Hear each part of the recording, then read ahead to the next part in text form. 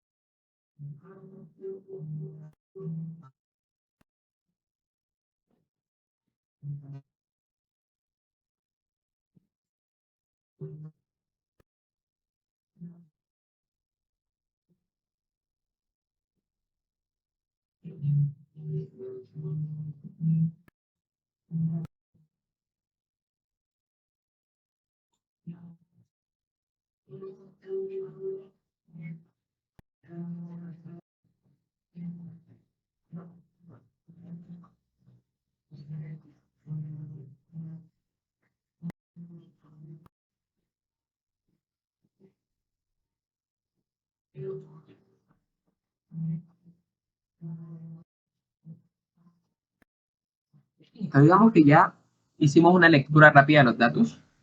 Entonces, fíjense que la primera pregunta dice, ¿cuánto nos cuesta generar 1 millón de BTU? Entonces, esa es una pregunta conceptual. ¿Por qué? Porque el precio del millón de BTU técnicamente nos lo da el examen, ¿cierto? Que es de $4.6. Hombre, pero digamos que yo le meto el suficiente agua al generador para que me produzca 1 millón de BTU, lo suficiente. Él cuando lo produce, eso que metí, no sale 1 millón de BTU completo, ¿cierto? ¿Por qué? Porque el generador tiene algo que se conoce como la eficiencia térmica. Entonces, yo quiero que de verdad se me genere 1 millón de BTU de energía, yo debo meterle un poco más. Por lo tanto, a mí me cuesta un poco más. Entonces, para que quede claro, el costo o precio de generar 1 millón de BTU no es más que ¿qué? Que el precio del gas que me da ahí dividido en la eficiencia térmica del generador. ¿Listo? Esto es meramente conceptual. Entonces, ¿qué precio tengo del gas ahí en el ejercicio? Hombre, $4.6 por millón de BTU. ¿Y cuál es la eficiencia térmica del generador?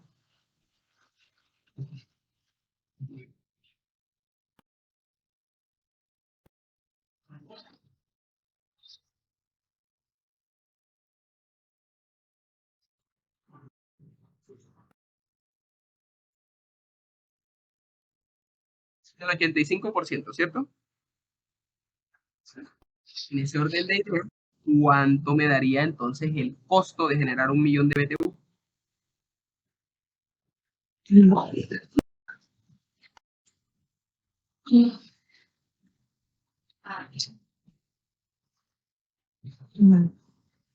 ¿Cuánto nos daría esa relación?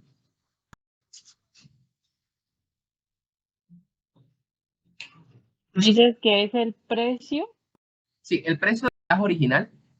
Porque Sí, ese es el precio del gas si el generador fuera una chimba, ¿cierto? Que eso sí. genere lo que yo le meta.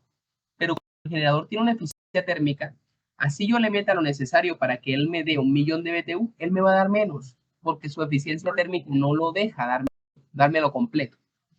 Entonces, yo debo dividir en la eficiencia térmica para saber en realidad cuánto me cuesta a mí generar ese millón de BTU.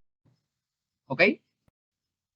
Entonces, en ese orden de ideas, si yo divido el precio del gas, entre comillas, real, en la eficiencia térmica, ¿cuánto me da ese precio de verdad de generar 1 millón de BTU?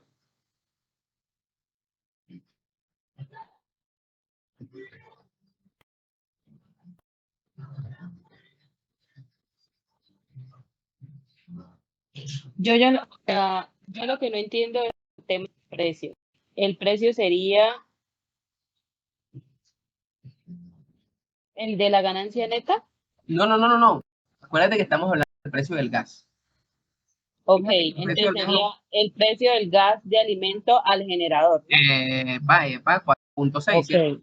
Sobre el Dividido en la eficiencia térmica. 0.85, Bien. porque el 85% me lo dan en porcentaje. Ok, sería 5.41.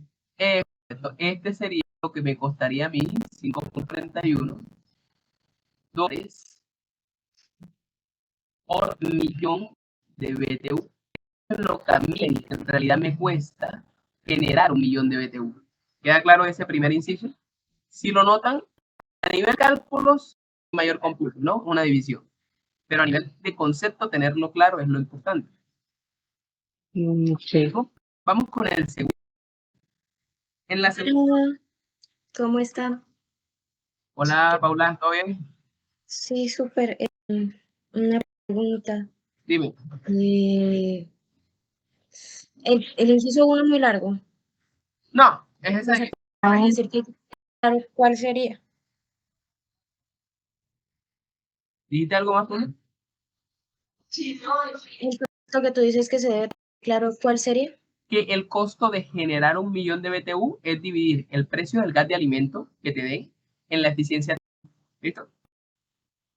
Listo, gracias. Porque a ti en realidad, tú en realidad cuando le metes, digamos, el alimento a la máquina, ella no te va a botar el 1 millón de BTU completo, porque la máquina tiene una eficiencia, es una vaina real. Entonces debes dividir en la eficiencia térmica para ver en realidad cuánto te cuesta generar uno real. ¿Ok?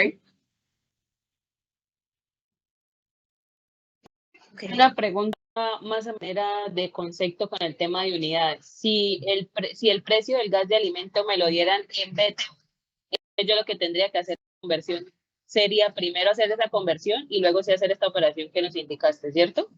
Sí, aunque el precio nunca te lo van a dar en BTU. El precio se reporta en dos Ok. unidades.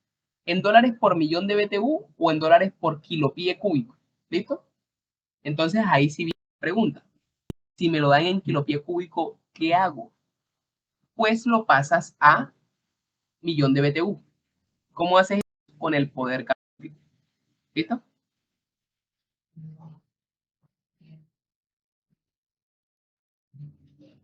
¿Podemos ver esa conversión?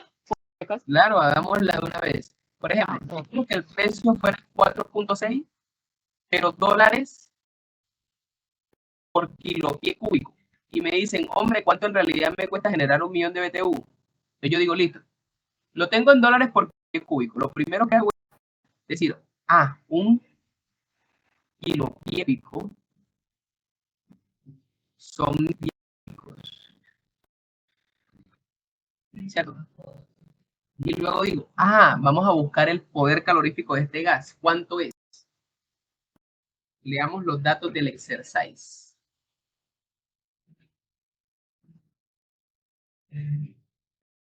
¿Qué valor tenemos para el poder calorífico? A ver.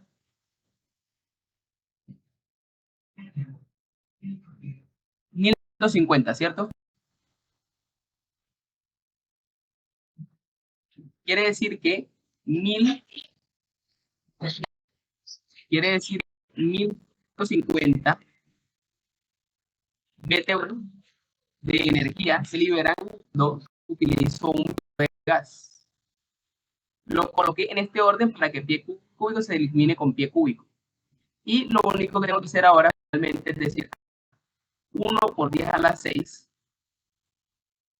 BTU representan 1 millón de BTU. Entonces miren cómo kilopie cúbico se elimina con kilopie cúbico, pie cúbico con pie cúbico, BTU, y me quedaría en millón de BTU. ¿Cuánto me daría primero el precio por millón de BTU?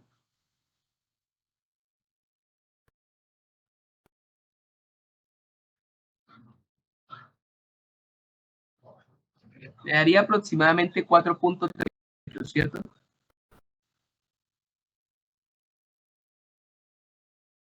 Dólares por millón de BTU. Y luego esto sí lo divido en la eficiencia térmica y obtendría el precio real. ese es el escenario en el que el precio del gas me lo den por kilo cúbico. Si me lo dan directamente por millón de BTU, solo es hacer la división. Si no, primero la conversión de unidades. ¿Queda claro? Sí, porque puede pasar también que pues no lo dé también en otra unidad y que como estamos viendo el tema de conversión nos diga, bueno, como que acá está desarrollo. Bueno, resulta que para hallar, en ambas unidades ustedes pueden trabajarlo. Por ejemplo, el tema del costo del gas, cuando veamos la parte de rentabilidad, vamos a ver que podemos hacerlo con dos fórmulas. No nos adelantemos, ya vamos a llegar a eso. Ahora con el segundo punto del ejercicio. En el segundo punto me piden la relación entre los volúmenes, ¿cierto? Volumen de agua y el volumen del húmedo, ¿cierto? Entonces, hombre, yo digo, bueno, esa relación no es más que ¿qué? Que el volumen específico del vapor húmedo dividido en el volumen específico del agua. Además, me lo están pidiendo a condiciones.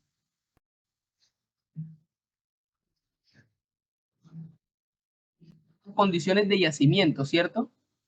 Por lo tanto, teniendo en cuenta la fórmula de volumen específico del vapor húmedo, que es 1 menos la calidad multiplicado por el volumen específico del agua más la calidad multiplicado por el volumen específico del vapor. Todo eso dividido en el volumen específico del agua, ¿cierto? Ahora, noten algo importante. Si a mí me lo piden en condiciones de yacimiento, la calidad debe ser a la salida del generador, en cabeza y en fondo. ¿Cuál de las tres?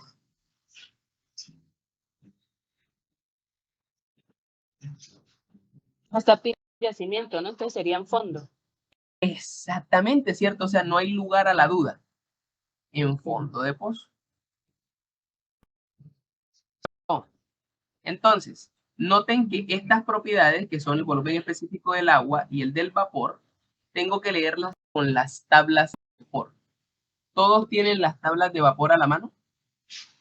Si no, díganme para enviarse. ¿Será que las puedo compartir? Por supuesto. Ni que estuviéramos bravos. Bueno. Tablas de vapor. Bueno, descarguen rápidamente los que no la tienen. Los que sí la tienen, ábrenla, por favor.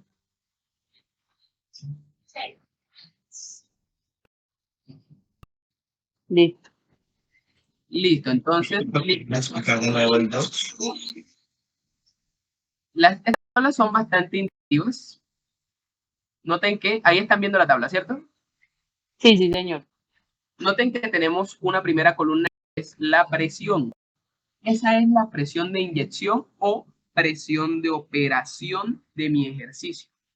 En ese orden de ideas, la presión de operación de mi problema, de mi examen. Uy, creo que me escribieron un mensaje. ¿Puedes explicar? ¿Puedes explicar de nuevo la fórmula? ¿Cuál fórmula? ¿La de los volúmenes específicos? Que esa fórmula está dada en el examen. ¿Sí la ves? Revisa el examen para que veas que la del volumen específico del vapor húmedo está dada.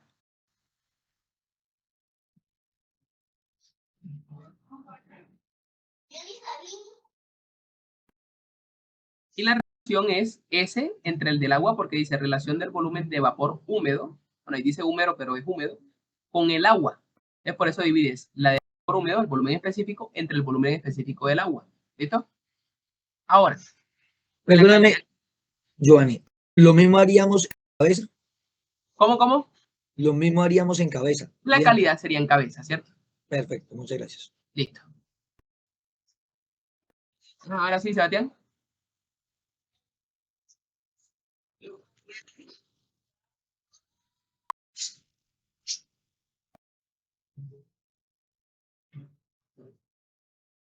Bueno, vamos a asumir que sí mientras respondo. Entonces, decía que tenemos las tablas, ¿cierto? Entonces, ¿cuál es la presión de operación del ejercicio? Ahí decía, bueno, dices que la presión de operación se puede leer también como presión de inyección, ¿no? Sí. Entonces sería 800 PSI. ¿De cuánto? 800. 800. Entonces, ¡tin! Gracias a Dios no había que interpolar. Entonces aquí tengo 800 PSI. Fíjate que yo dije, bueno, necesito el volumen específico del agua. Entonces, mira que esta columna dice volúmenes específicos. Agua, vapor. Entonces, a esa presión, el volumen específico del agua sería 0.02087, ¿cierto? Y el del vapor sería 0.56896. Entonces, con esas dos propiedades, vamos a calcular el volumen específico del vapor húmedo. Me regreso hacia acá. Digo, listo, volumen específico del vapor húmedo será igual a ¿qué? A 1 menos la calidad en fondo. ¿Cuánto es la calidad en fondo? Le damos los datos del ejercicio.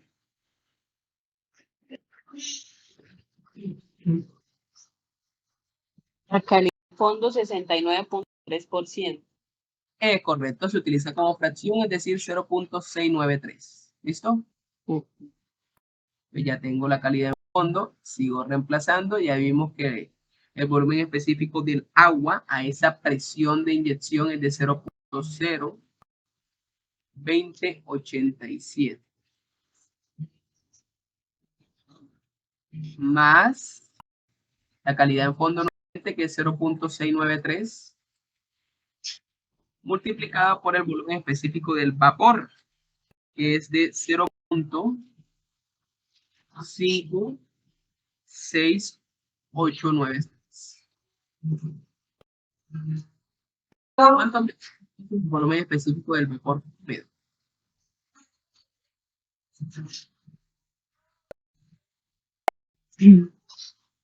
Recordemos que como los volúmenes específicos están reportados con 5 decimales, el del vapor húmedo también hagámoslo con 5 decimales, ¿listo?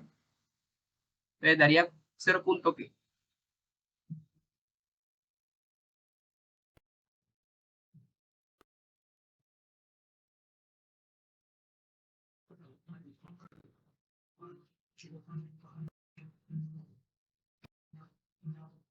Bueno, a mí me da 0.4006.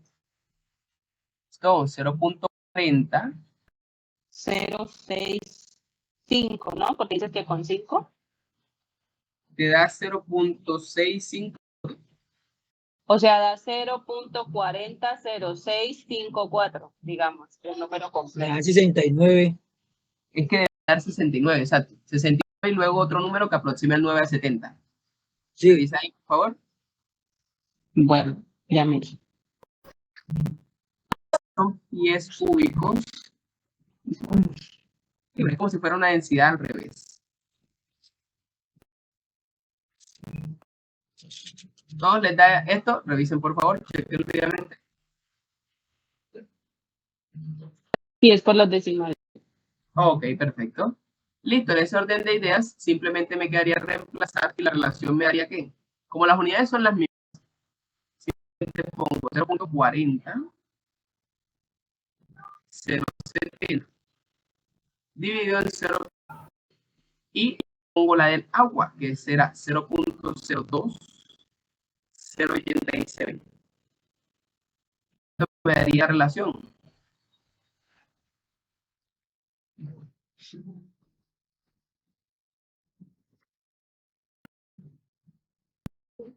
$19.19.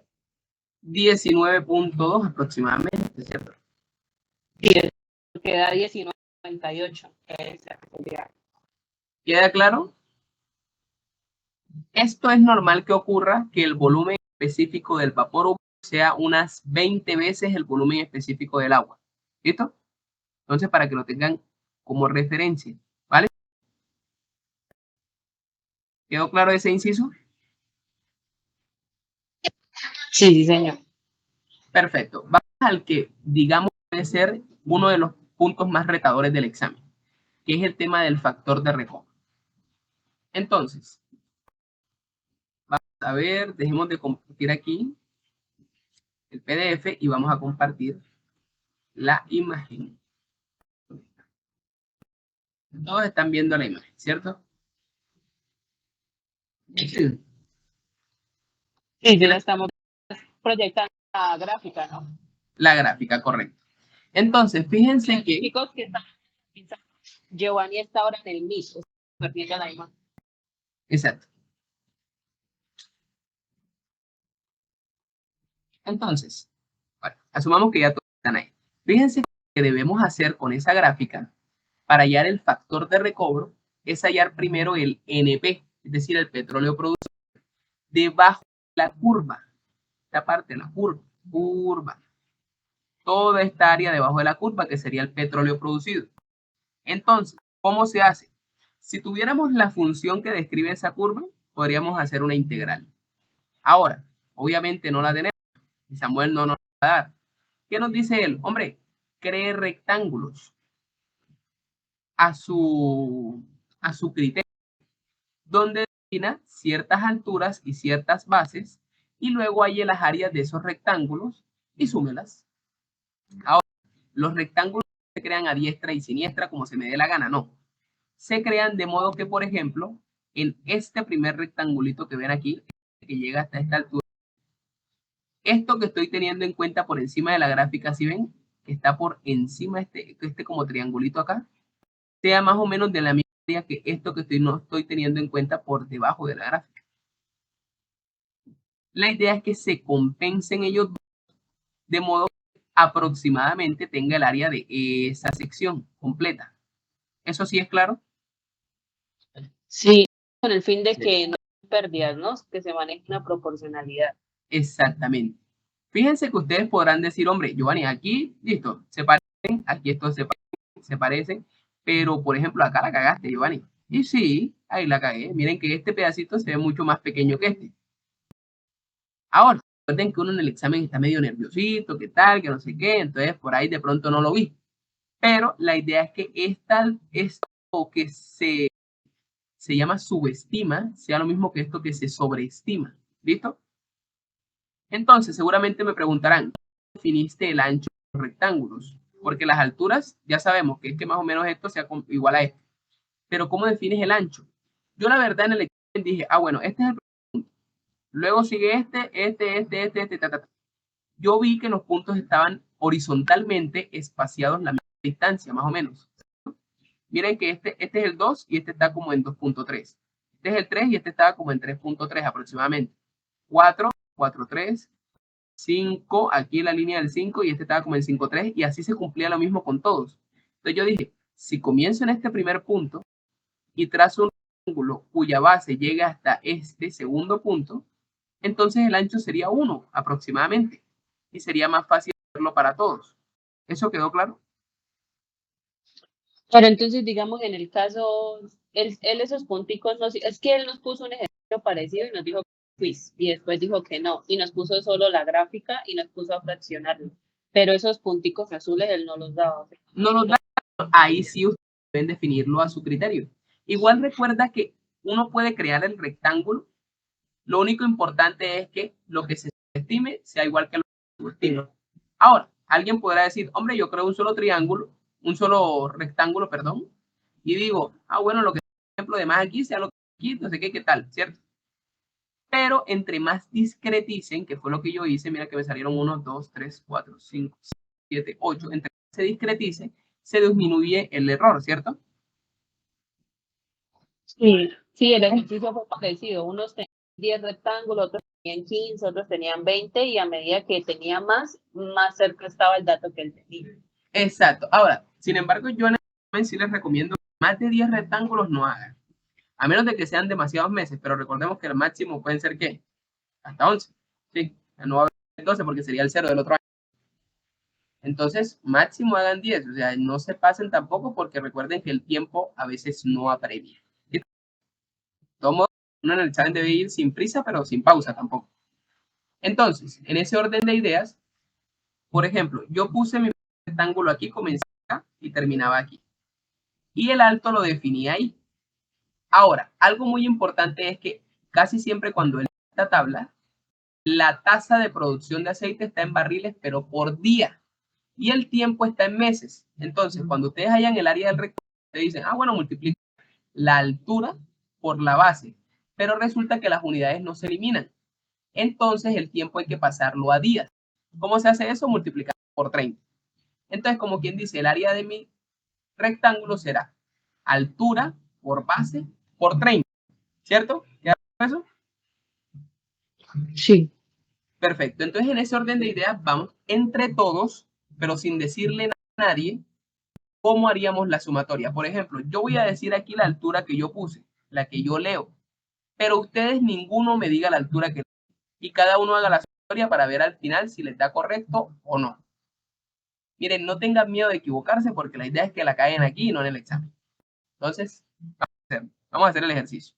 Por ejemplo, ya dijimos que todos los rectángulos tienen de ancho 1, ¿cierto? Pero las alturas es lo que no vamos a comentar.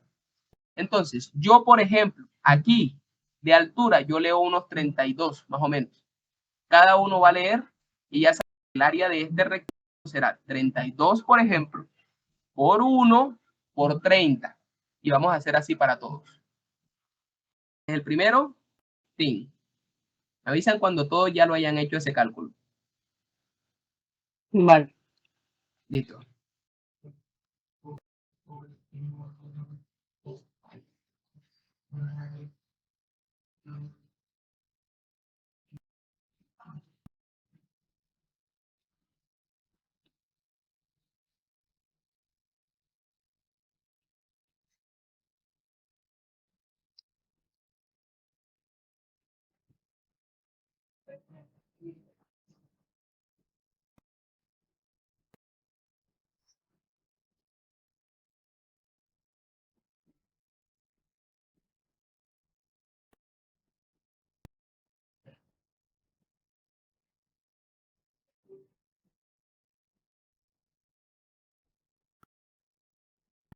Que por ejemplo en este, que es uno el penúltimo, ustedes pueden decir, no, yo pondré la línea un poquito más arribita. Y está bien, válido, no pasa nada.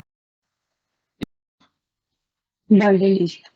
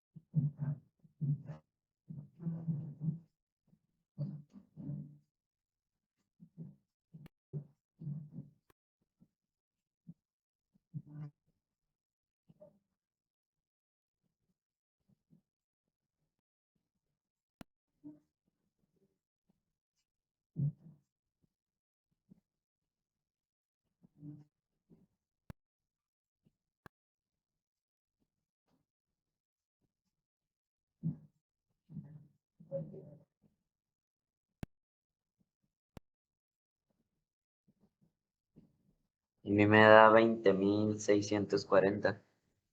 ¿Cuánto? Disculpa. 20.640. A mí 28.710. 20.600, 20.700, ok, están en un rango aceptable. ¿Qué más?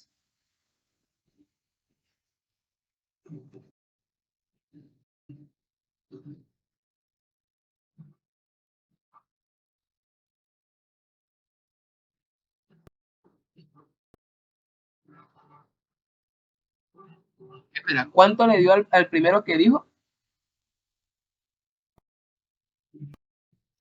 20.640. ¿Y al segundo? No fue el que escribió. 28.710.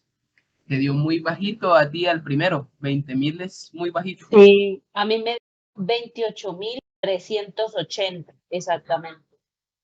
Exacto. Debe dar del orden de los 28.000, llegando a los 29.000. ¿Sí? O que te faltó multiplicar por 30. Sí, multiplicaste por 30. Sí, sí, no, es que me Hubiese falta. multiplicado por 30, le hubiese dado como 7.000 o algo así. Ah, no. De pronto uno lo tomaste bajito. ¿No te habrá faltado sumarle al curso? No sumar.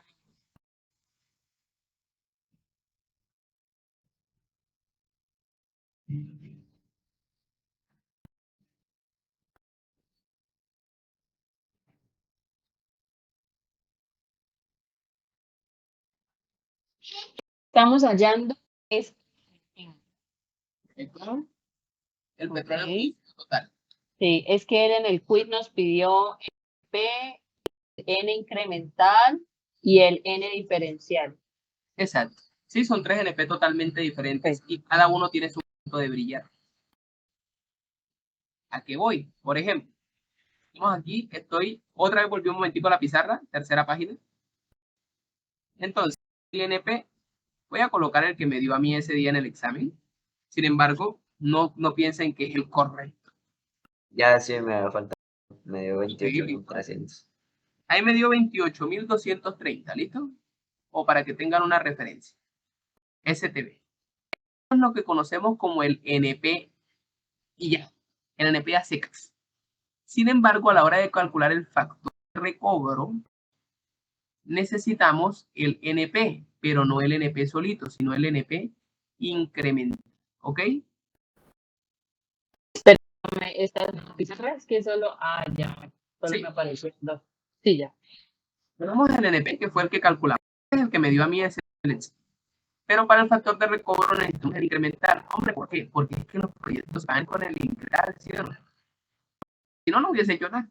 Lo que yo hubiese producido normal.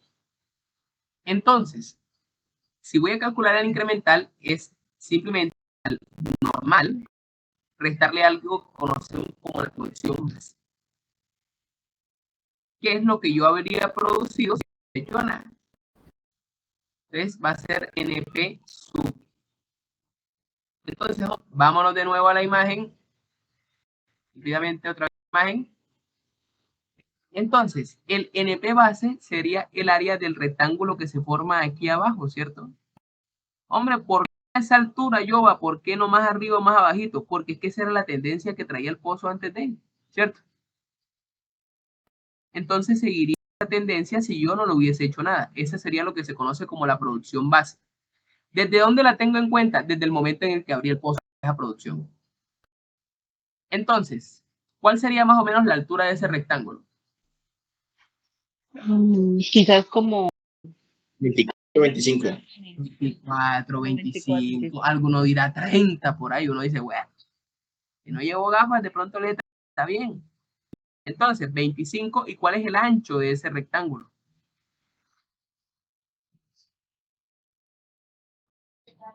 8. 8, ¿cierto? Porque empieza en 2 punto algo y termina en ese 10 punto algo también. Entonces, 10 punto algo menos 2 punto algo, si ese algo mismo da 8. Sí. Y multiplicado naturalmente por 30. ¿Por qué? Porque el tema de las unidades. Entonces, ¿cuánto daría esa función base? Yo le puse 25 y le puse los 8 multiplicado por 30 y me dio 6.000. Entonces esa sería la base. Está bien. Entonces, si al NP total que hayamos ahorita le restamos la producción base, ¿cuánto nos daría el incremental?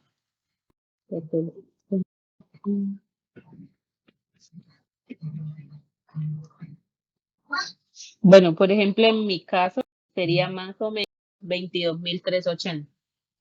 22.380, listo, a mí me dio 22.230, estamos en el mismo rango, no está, ¿listo? Les voy a devolverme nuevamente a la pizarra para seguir rayando. Les voy a colocar los datos que me dieron a mí, digamos, no enseñé los datos, de pronto no crean que está bien.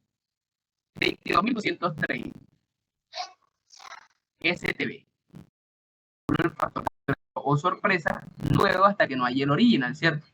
Deja listo. El original, yo sé que es igual a 1708 multiplicado por el área, multiplicado por el espesor, ¿no? Multiplicado por la porosidad, esto multiplicado por 1 menos la saturación de agua inicial, esto dividido en el factor de recobro inicial, perdón, en el factor volumétrico, qué pena. Entonces nos daría el original.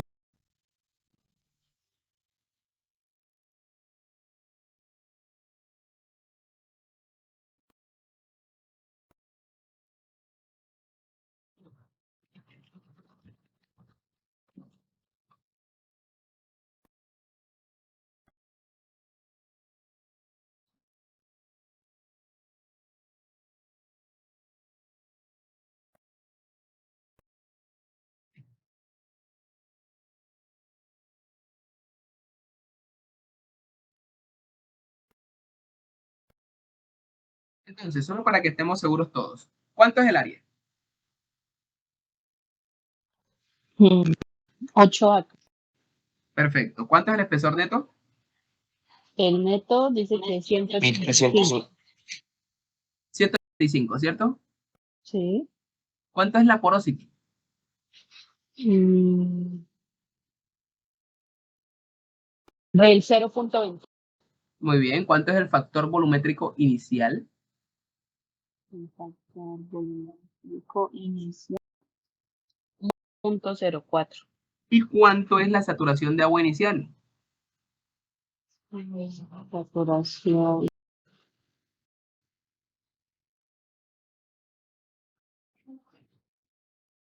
Un punto 04.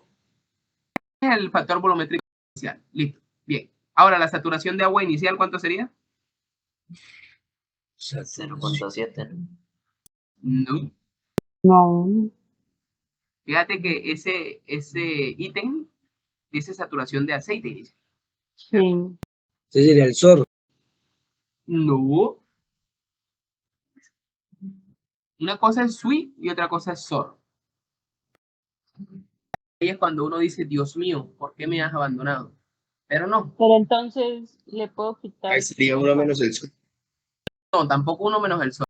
Fíjense que 1 menos la saturación de agua inicial equivalente a tener la saturación de aceite inicial, Eso ahí. ¿cierto? Sí. Entonces tengan esto presente, esto también es concepto, ¿ok? Tenganlo supremamente presente. Entonces aquí un SWI y simplemente colocan el SUI que es 07, ¿listo? Ese orden de ideas, ahora sí me da el original, si lo pueden calcular.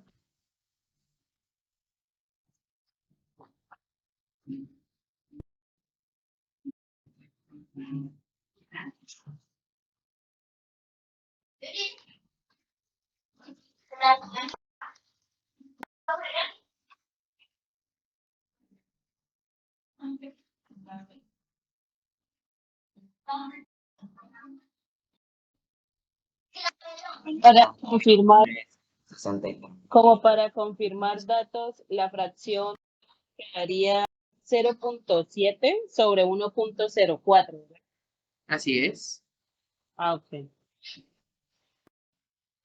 ¿Cuánto te dio, Andrés? 2.163.800. Sí, a mí también. 885. Sí, 185. 2.885.23.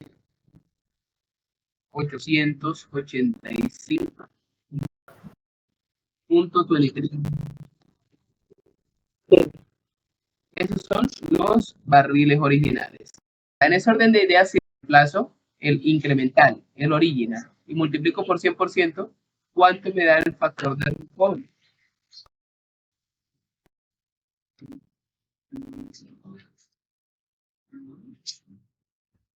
Recuerden, cada uno utilice sus datos.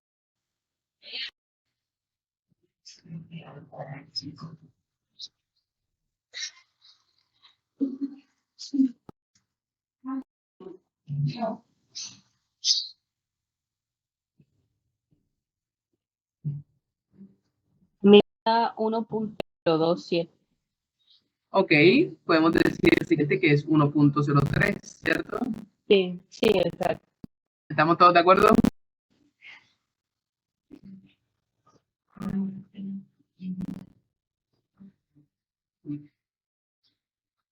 Está en medio de eso. Maravilloso. Hay medio más, pero Sí, esto dependerá del NP que tenga, ¿no? Pero Sí, ¿qué tanto exacto. puede variar? Te puede dar 1.04. Más de eso, imposible. eso me dio. Listo, perfecto. Vamos ahora con el punto 4 del parcial, ¿cierto? Entonces, fíjense que ahora les están preguntando por la rentabilidad del proyecto. Entonces, obviamente, el primer ciclo de inyección. Entonces, aquí es cuando juega parte o llega el concepto de producción en frío, NP diferido o NP incremental real. Eso depende cómo lo quieran llamar ustedes. Por ejemplo, el NP incremental real o el NP diferido, como lo llama el man, ¿a qué es igual? Al NP incremental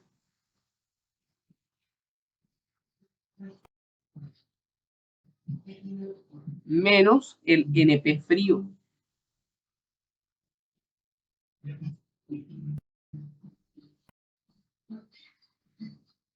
Entonces, ¿qué vendría siendo ese NP frío? Pues resulta que yo cuánto tiempo tuve cerrado el pozo. Entonces, vamos a volvernos a la gráfica. ¿Todavía la estoy compartiendo o ya no? Sí, todavía se ve. Listo. Entonces, si notamos que aquí hay un pequeño espacio durante el cual se cerró el pozo, Sí. entonces eso se conoce como NP frío. ¿Listo? O NP diferido, como ustedes quieran llamar. Entonces, calculo el área del rectangulito que se formaría ahí. La altura sigue siendo la misma que llevaba antes, 25. El ancho, ahí sí lo defino. Este primer punto empieza en 2 y este dijimos que era que como 2.3 tal vez. Entonces el ancho sería 0.3 y lo multiplico por 30. Y eso me va a dar la cantidad de barriles que dejé de producir. A la final es plata que perdí, ¿cierto? Entonces, ¿cuánto 25 por 0,3 por 30, ¿verdad? estás?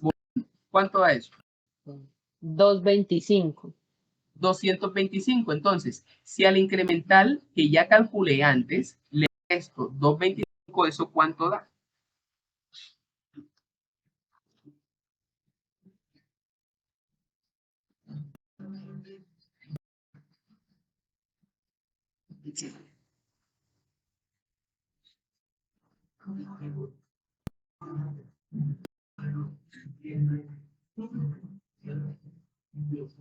A mí me da más o menos 22.005.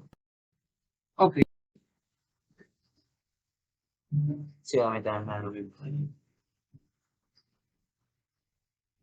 también me da 20.005 STB. Entonces, ya vimos dónde apareció el concepto de NP frío y dónde aparece el concepto de NP real. ¿Listo? Incremental real, perdón.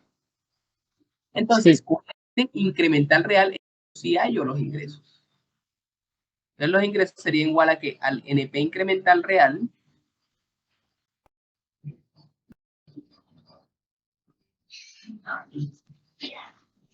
multiplicado por el precio del barril.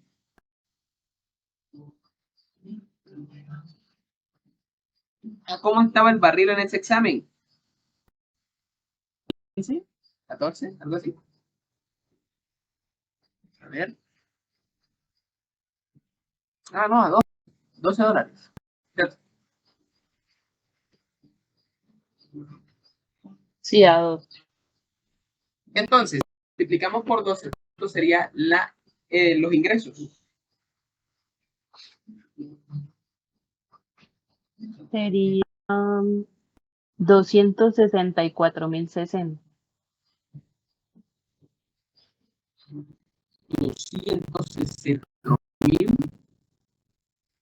260 dolaritos. Los ingresos. Voy a calcular los egresos, pero para calcular los egresos yo debo primero calcular los costos de generación del, por llamarlo costos de gas. El costo de gas es igual a la capacidad del generador multiplicada por el tiempo de inyección y esto multiplicado por el precio del barril, perdón, por el precio del gas.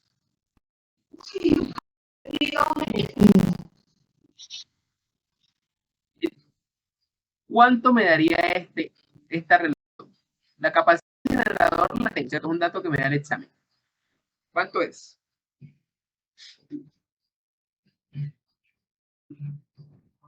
Acá dice que la capacidad del generador son 50 MBTU por hora.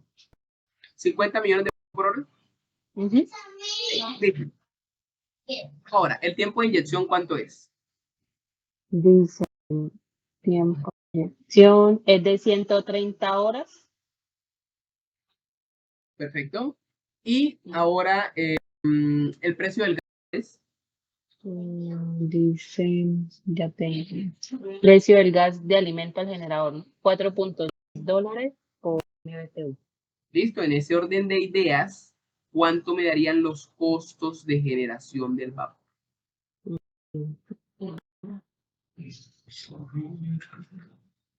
El 50 por 130 por 4.6. Sería 29.900. Estás volando.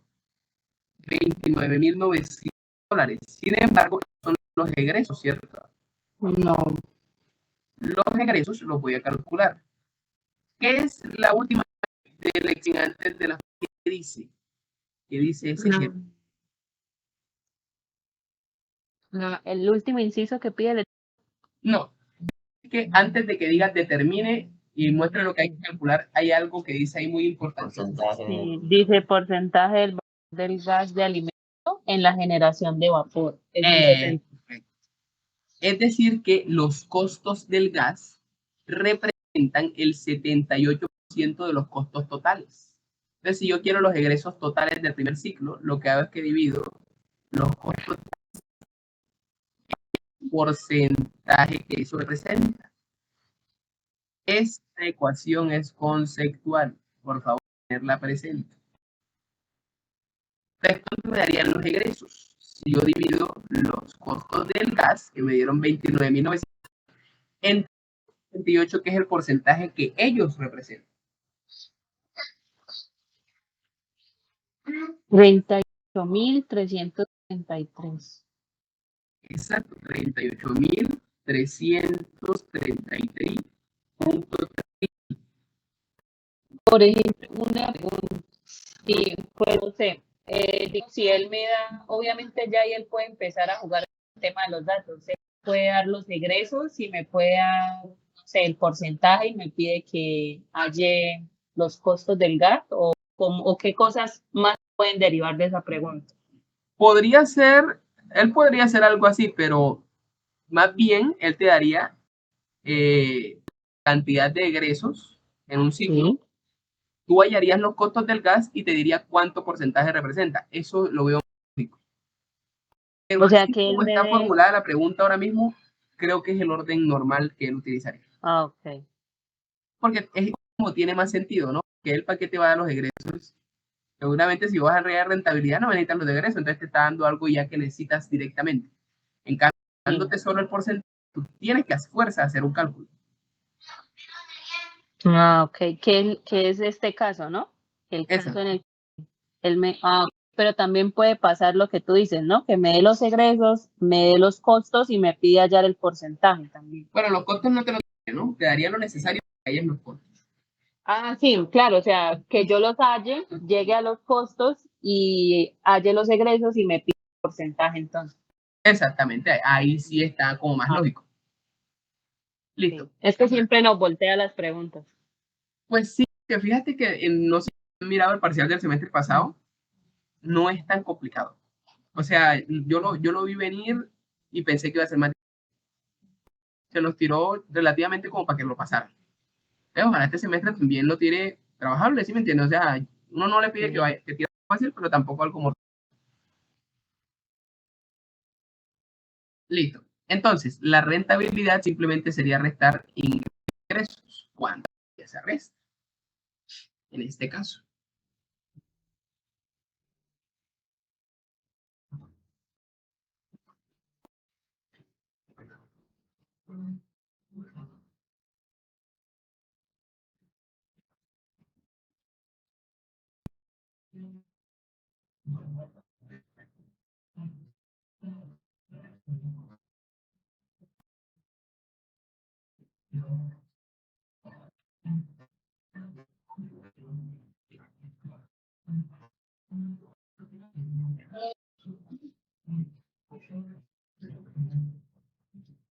A mí me da 225.700.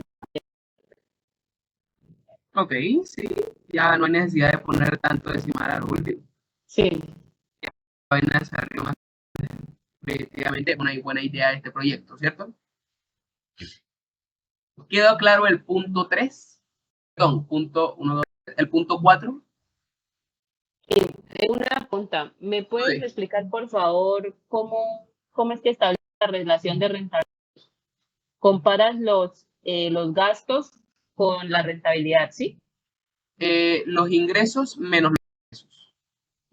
Pero para deducir, obviamente, los egresos deben ser menores a la relación de rentabilidad, ¿no? La relación de rentabilidad de que estamos hablando, disculpa. O sea, esos 225.000, ¿cómo puedo yo afirmar que efectivamente es rentable? Diciendo que son mayores que los ingresos. Pues es que si la rentabilidad te dio positiva, obviamente debe ser mayor que los egresos, ¿cierto? Ah, ok. No, no necesariamente, ahora que lo pienso. Sí, por eso es que lo Porque digo, la resta porque puede dar positiva